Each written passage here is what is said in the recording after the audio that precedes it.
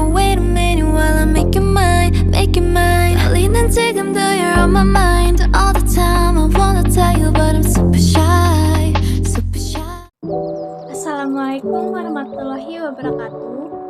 Yang terhormat kepada Bapak Febrian Eko Saputra, SM, MSM, selaku dosen mata kuliah Manajemen Sumber Daya Manusia. Sebelumnya perkenalkan, saya Nisha Nuraini dengan NPM 22411016 dari kelas Manajemen 22A.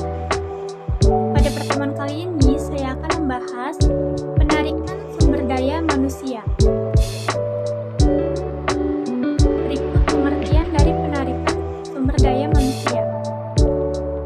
Proses mendapatkan sejumlah calon tenaga kerja yang kualitas untuk jabatan atau pekerjaan utama, produk ini, dan penunjangan di lingkungan suatu organisasi atau perusahaan. Suatu proses pencarian dan pemikatan para calon tenaga kerja atau pegawai yang mampu bekerja di dalam organisasi. Jadi intinya, perekrutan ialah usaha mencari dan menarik tenaga kerja agar melamar lowongan pekerjaan yang ada pada suatu perusahaan. Selanjutnya, tujuan penarikan SDM. Yang pertama, memikat pelamar yang melamar kesempatan kerja. Yang kedua, mempengaruhi pelamar menerima tawaran pekerjaan yang mereka terima. Yang ketiga, sebagai sarana pertukaran informasi.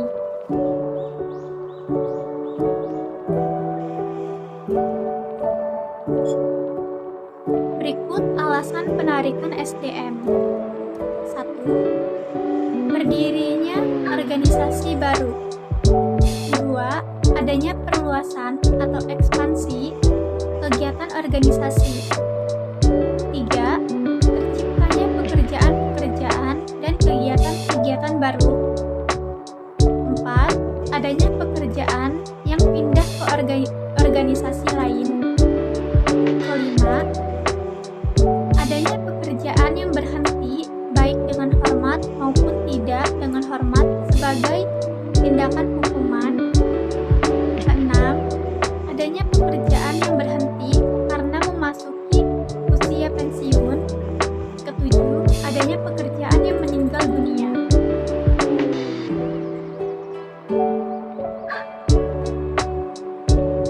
Berikut proses perekrutan karyawan yang baik adalah sebagai berikut. Yang pertama, penentuan dasar perekrutan. Yang kedua, penentuan sumber-sumber perekrutan. Yang ketiga, metode-metode perekrutan. Dan yang keempat, kendala-kendala perekrutan. Berikut penjelasan dari penentuan dasar perekrutan. Dasar perekrutan calon karyawan harus terlebih dahulu ditetapkan agar para pelamar yang memasukkan lamarannya sesuai dengan pekerjaan atau jabatan yang akan dijabatnya.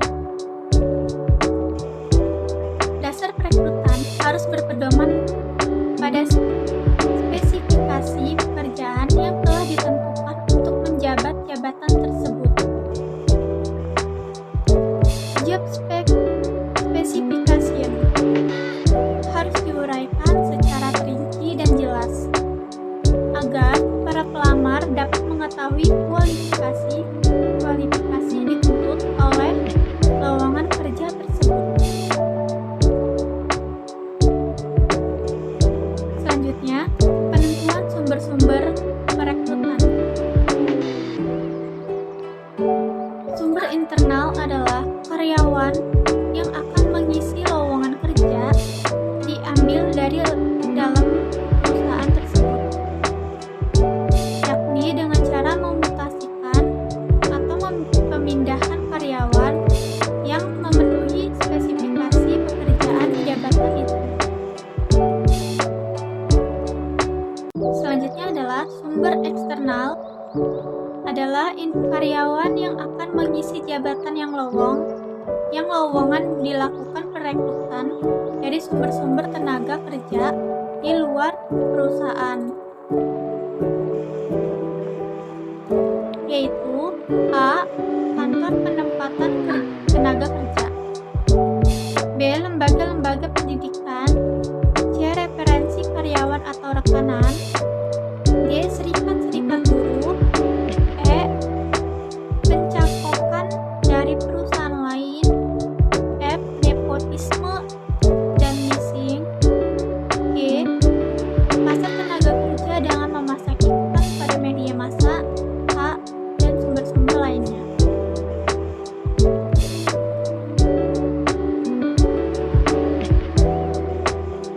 Selanjutnya adalah kebaikan dan kelemahan sumber internal. Berikut kebaikan dari sumber internal.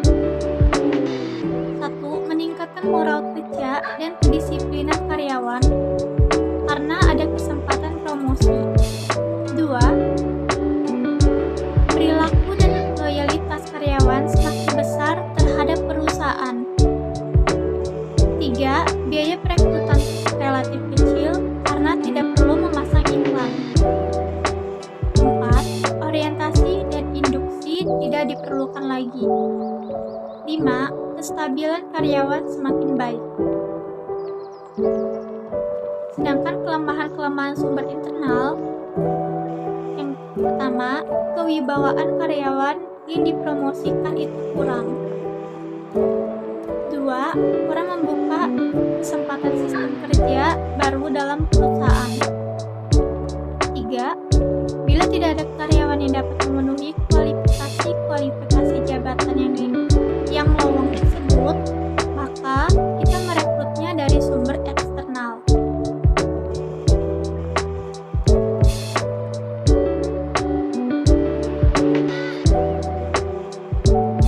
Berikut kebaikan dan kelemahan sumber eksternal. Kebaikan sumber eksternal. A. Kewibawaan pejabat relatif baik. B. Kemungkinan membawa sistem kerja baru yang lebih baik. Kelemahan sumber eksternal. Prestasi karyawan lama cenderung turun karena tidak ada kesempatan untuk promosi. B. Biaya perekrutan besar karena iklan dan seleksi. C. Waktu perekrutan relatif lama. D. Orientasi dan induksi harus dilakukan. E. Turnover cenderung akan meningkat. F. Perilaku dan loyalitasnya belum diketahui. Berikut metode perekrutan. Metode perekrutan akan berpengaruh besar terhadap banyaknya lamaran yang masuk ke dalam perusahaan. Metode perekrutan calon karyawan baru dibagi jadi dua, yaitu metode tertutup dan terbuka. Berikut metode tertutup, yaitu di mana perekrutan itu hanya diinformasikan kepada para karyawan atau orang-orang tertentu saja. Akibatnya, lamaran yang masuk menjadi relatif sedikit, sehingga kesempatan untuk mendapatkan karyawan yang baik akan semakin sulit. Sedangkan metode yang terbuka adalah di mana perekrutan itu diinformasikan secara luas dalam memasang iklan pada media massa, baik cetak maupun elektronik, agar tersebar luas ke masyarakat. Dengan metode terbuka ini diharapkan banyak lamaran yang akan masuk, sehingga kesempatan untuk mendapatkan karyawan yang qualified menjadi lebih besar.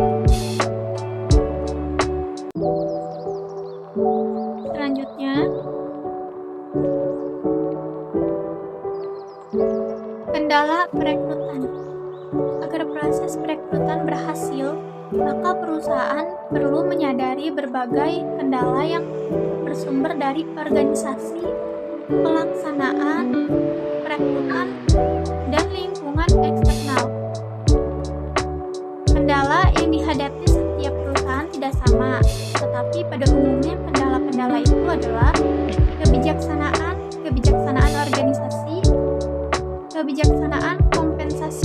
kesejahteraan, dan kebijakan promosi.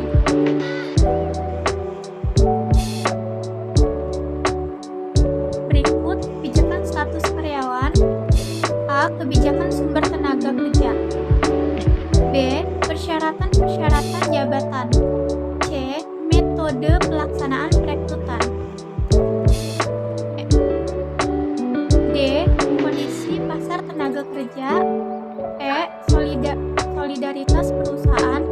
F. Kondisi lingkungan eksternal.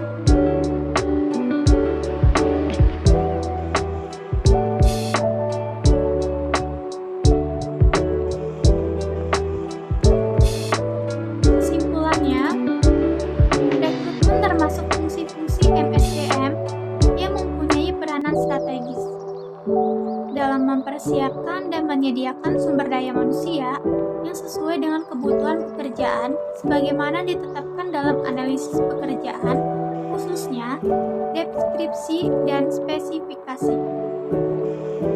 Kegiatan tersebut didahului oleh kegiatan analisis pekerjaan dan perencanaan sumber daya manusia. Penataan rekrutmen yang lebih baik juga mempunyai dampak yang lebih besar terhadap pelaksanaan fungsi-fungsi SDM lainnya, seperti orientasi dan penempatan, latihan dan pengembangan, perencanaan dan pengembangan karir, evaluasi kinerja, dan juga kompensasi.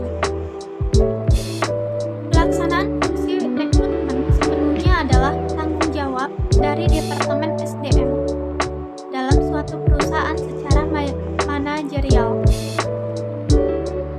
Artinya, tidaklah semua kegiatan rekrutmen dilaksanakan oleh setiap karyawan baik secara sendiri maupun yang bergabung dalam perusahaan seperti rekruter, pelaksanaan berbagai tes yang belum tentu dimiliki oleh suatu perusahaan.